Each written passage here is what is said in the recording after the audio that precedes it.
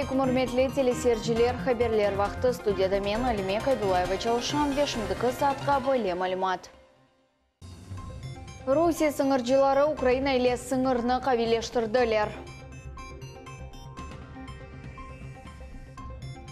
Халқара сақатлар күні арфесінде имканлары сыңырлы олған инсанлар өзлер ақта қатырлаталар. Бүгін Крымский стиль адлы Қырым татар сергісі açılды, экспозицияда 250-ден зияде ішлер тағдым әтілді. Дондурма шамаға вақыт келді, оның азырлану сырлары. Русия сыңыржылары Украина иле сыңырны қавилештірділер. Шымды Украина тарафындан ярмадыға күн юзлерже машина кірем. Демек, іш чоқ олажақ. Киев тарафтан олған манияларға бақмадан Қырымдайында 500 бен Украин гражданы ратланды.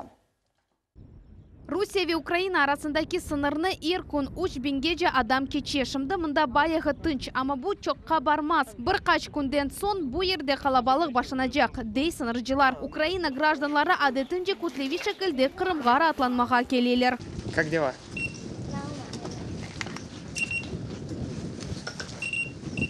Что у тебя там висит? Что там есть? Копеечка? Достань, пожалуйста. Достань, покажи дяде копеечку. Вот как. Сынырда әрші диққат иле бақылы арабаларға да зияде диққат айыралар машиналар бутунли бошатыла. Сыныржылар бір бөлігінде яқшы етіп тішкерелер. Тамам бұл сынырда қомшы үкіметінің гражданлары сықалда Қырымға наркотиклер ве арби едеклер алып келмеге тырышалар. Бұл yüksek дәрежеде хав ве незарет зонасыдыр. Украина тарафындан чешет провокациялар енді чоқтан алышықлы адисеге чеверілділер. Граждане Украины провозили в транспортном средстве, а именно под днищем автомобиля был сделан тайник, в котором было спрятано полкилограмма гашиша. После досмотра транспортного средства гашиш был изъят и передан соответствующим органам полномочным. Сейчас автомобиль ждет процессуального решения. Сынырдың бір тарафындан ола білген чешет провокацияларға эпосы 170 километр Русия сыныржылары азырлар.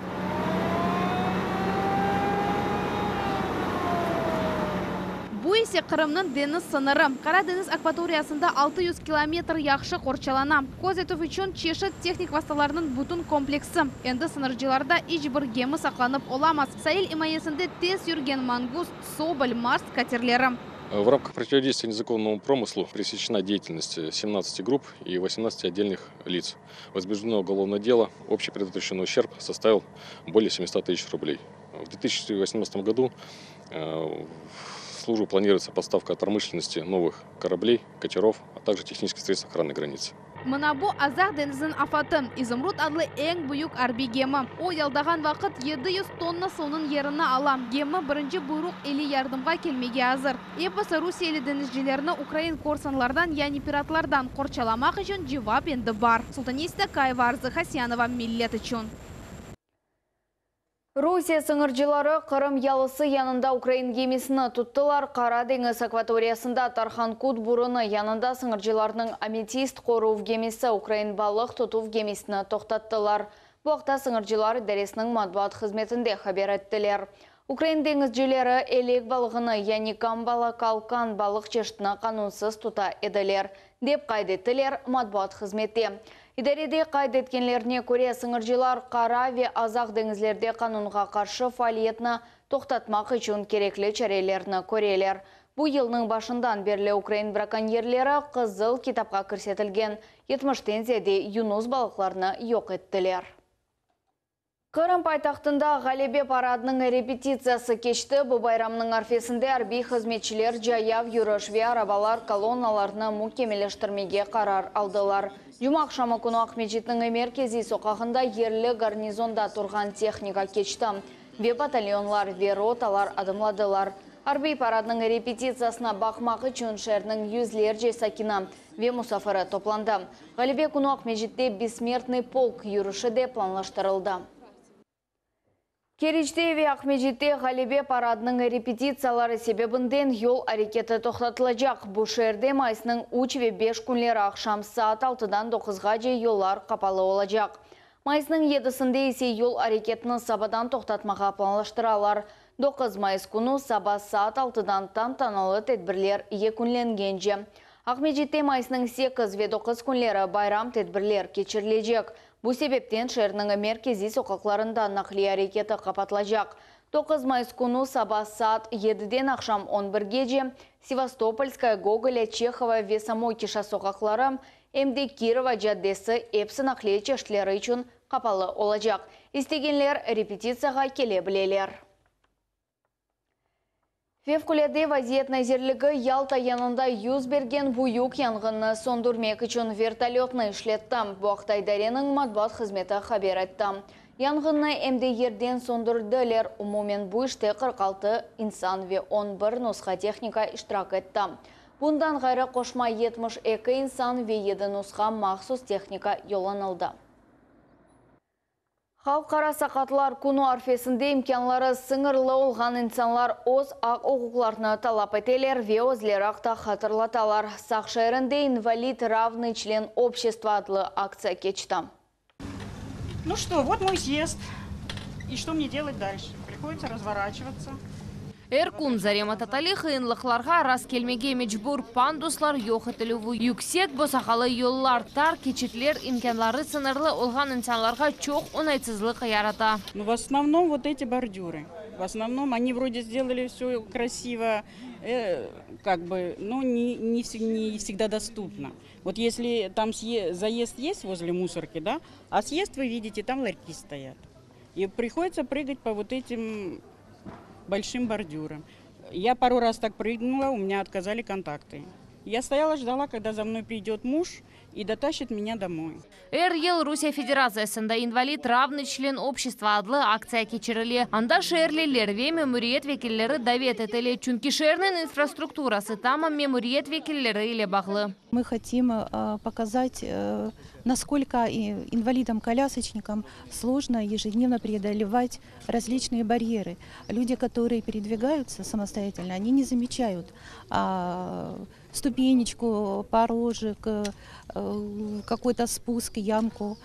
А человек, который на коляске, он постоянно, ежедневно преодолевает все эти препятствия, и довольно сложно. Акция iştirakçilері шehir акимиетінің векелеріне сақатлар үшін арабаларға отырып бақмаға теклиф етелер. Сағлам инсанлар үшін бұл имтихан қиын келді. Инвалид равный член общества адлы акция сақат инсанларға өз ақ құқықларны талап етмеге имкан бере. Мне предложили проехаться и проверить доступную среду, выполненную подрядчиками. Оцениваем. Есть участки, на которых еще должны доработать. Есть определенное предложение в дальнейшем к администрации использовать не плитку, а сплошное покрытие, чтобы было более удобно передвижение для инвалидов. 2 недели эти работы здесь будут выполнены. И по переносу шлагбаума, и по изменению конфигурации дорожного полотна. Сақ шәрінде 20 бин әли арасында 3 бин сақат. Шәрні абадалаштырмақ ве әркес үшін оңайтылы yapmaq хакимиетінің эссас мақсадыр. Те претензии, которые сегодня высказываются, они верны, приняты к исполнению и будут исполняться. Плюс к этому мы сегодня разрабатываем концепцию «Безбарьерный город».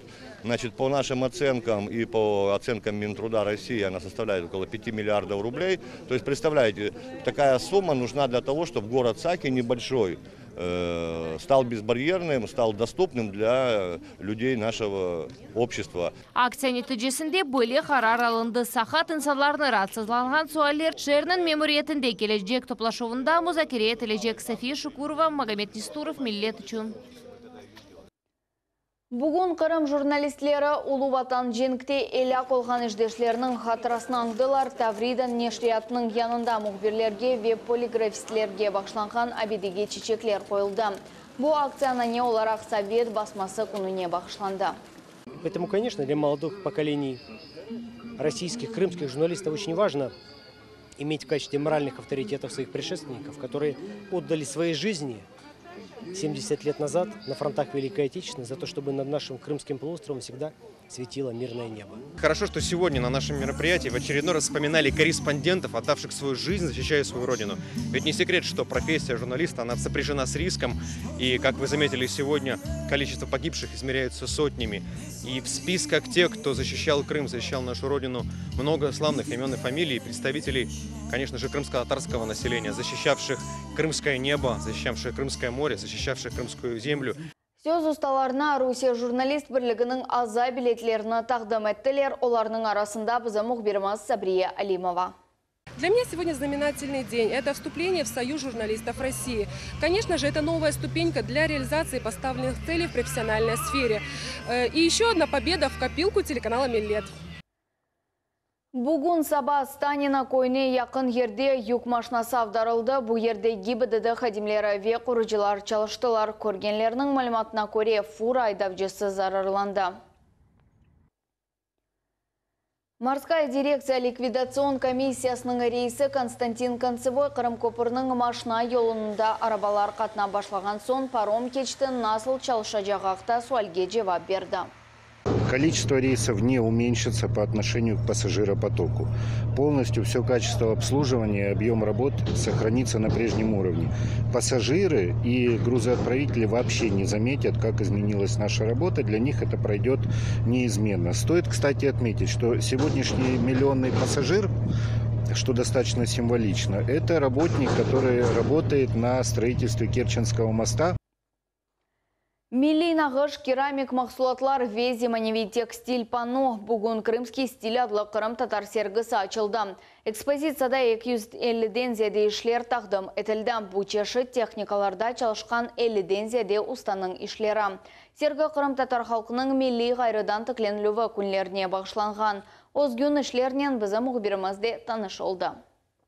Бу пано зиманеви услюпте япылған, ама оны эскі уникаль орниклер яраштыра. Эсер зенгілікні ве берекетні фадеті. Әрбір элемент айрыман анташы. Эсернің муалефі кумюш поеткаларына уланды. Я хотела этим показать, как крымско-татарское начало именно, потому что у крымских татар очень активно использовалось серебро и золото. Милли түс ренк ве дүлберлік бір мейданда қавуша. Зеречілер үшін ән әсасы тек көзетмек, дегілді мұтлақ фото чекмек. Ишлер яны олса біле, оларның мұхлеслері әнді бар. Әрбір іште оз егі бар, да? Меня увлекает эта культура, очень красиво. На этой выставке вдохновляет все, потому что это наше традиционное, смотрится шикарно. Әлі уста бірқаш юс эсер Қырым татар ань-аниве снафларны ве аммили сүслі санатны тақдим етелер. Милли иджатқа севгі тамам бұшы истидатлы ustalarını бірлештіре. Тешкілетшілар анлатқанларына көре экспозицияда меркезе ерні білгелеме қиын, чүнки эсерлер эпосы өзжесіне уникаль. А связь времен – это та задача, которая стоит перед нашим проектом. Восстановить нашу культуру, которая была утрачена, сохранить ее и двинуть ее вперед. И если мы сложим все усилия, вот как на этой выставке мы сложили усилия, получилось совершенно новое, интересное зрелище. Уникаль эсерлерні көрмек үшін бүтін Қырымдан келділер. Милли санат мұетіне далмақ үшін істегенлер майсының 17-сіне қадар бұл ерге келе білелер.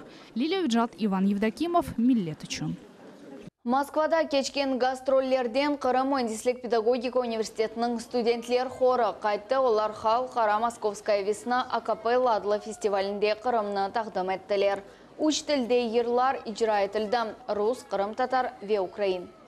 Долетели отлично. В Москве нас встретила не только Москва хорошо, но и погода нас встретила хорошо, потому что жара стояла такая, что нам даже не пришлось свои теплые вещи доставать. За 4 дня в день было 3 выступления по полчаса на открытых площадках Москвы. Очень хорошо и тепло встречали, и кричали «Браво!», и хлопали.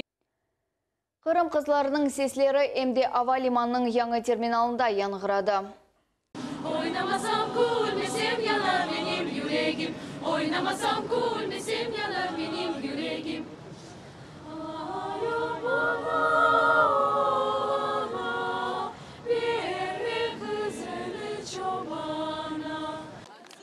Bu sene festival 200'ge yakın iştirakçını topladı. En güzel icracılarını Reyberov neticesinde seçecekler. Hepsi Kırımlılar oz icracılarına kol tutabileler. Bunun için festivalin saytına kirmek ve açık Reyberov'de iştirak etmek gerek.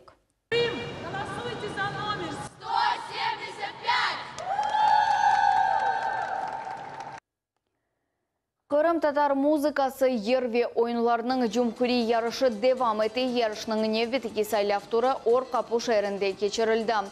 Бөлі ярыш девлет севиеде бірінші кере өткерле. Оның тешкелятчысы Қырым Жұмхуретнің медениет назирлігі олды.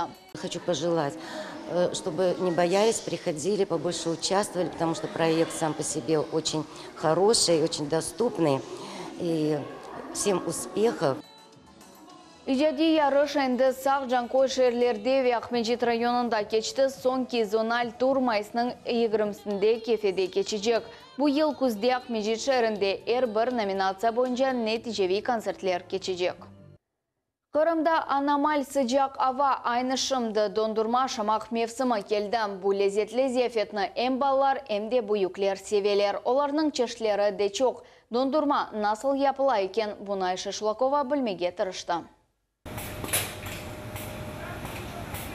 Бұл заводта дондурма геже кундуз япыла. Эскимо, рожок, пломбир, сорбет, татлылық япылывы атта геже тоқтамай. Тек бұл цехтен суткада 10 тонна сывуқ татлылық чықа. Смесь попадает в фризер, охлаждается до минус 3 градусов, 3,5. И по линии, по трубам идет она на экструдию, где формируется именно само эскимо. Палочка-забиватель забивает палочку, и идет оно в камеру на минус 40. Там оно в течение 30 минут проходит заморозку, закалку. Незетлі десертның эссас сыры таби масхулатлар. Сүт бүтін Ахмеджит районындан кетіріле. О дондурмаға чевірілгенже бір қач сат кече. Две емкости по 2,5 тонны каждая. Загружаются сначала жидкие пищевые ингредиенты, это молоко, патока. А потом сухие пищевые ингредиенты, это масло, сгущенное молоко, сахар. Все это перемешивается при определенной температуре и далее подается на пастеризацию. Сүттен дондурма yapmak için sütünü pişirmek gerek. Karışma 72 dereceye kadar kızdırıla. Böylelikle onu daha ziyade saklamak mümkün. Мы находимся возле ванны с глазурью, в которой эскимо окунается, стекает определенное количество, и оно поступает на линию, и там уже упаковывается. Азыр олған мақсулатны пингвинлер қапақлайлар. Фабриканың бузлатув цехінде çalışkan işçilerге тамам böyle adlaylar. Dışarıda aman Африкада кыбысы жақ, мында буздолапта ise Керчек Шималь авасы. В этом году мы планируем выпускать примерно около 15 тонн продуктов в сутки. Ну, сейчас как раз начинается пиковое время, мы уже вышли на круглосуточную работу. Ну и у нас будет задействована не одна линия круглые сутки.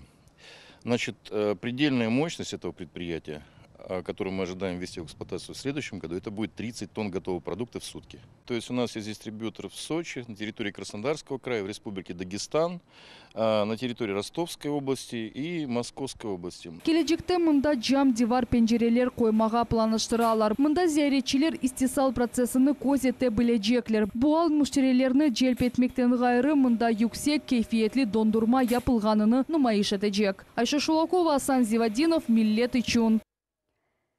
2018 сене майысының бірінден 15-не қадар Қырым Жұмхуреті ве Ақяр шайыры бойынша региональ ара Роспотребнадзор идаресінің базасында әжеле бақ телефон номерасы çalışacak.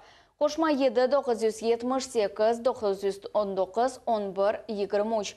Қырым сәкелері ве мұсафірлері қасартқылар ташыған зарарлы хасталықларының профилактикасы бойынша актуаль сөйлер или мұражат ете білелер. Şimdilik bu hepsi malumat saat 21:30'da ise gelecek haberler informasyon programmasına Asana Bibulayev ile kaçırmanız. Görüşmek üzere, sağlıkla kalınız.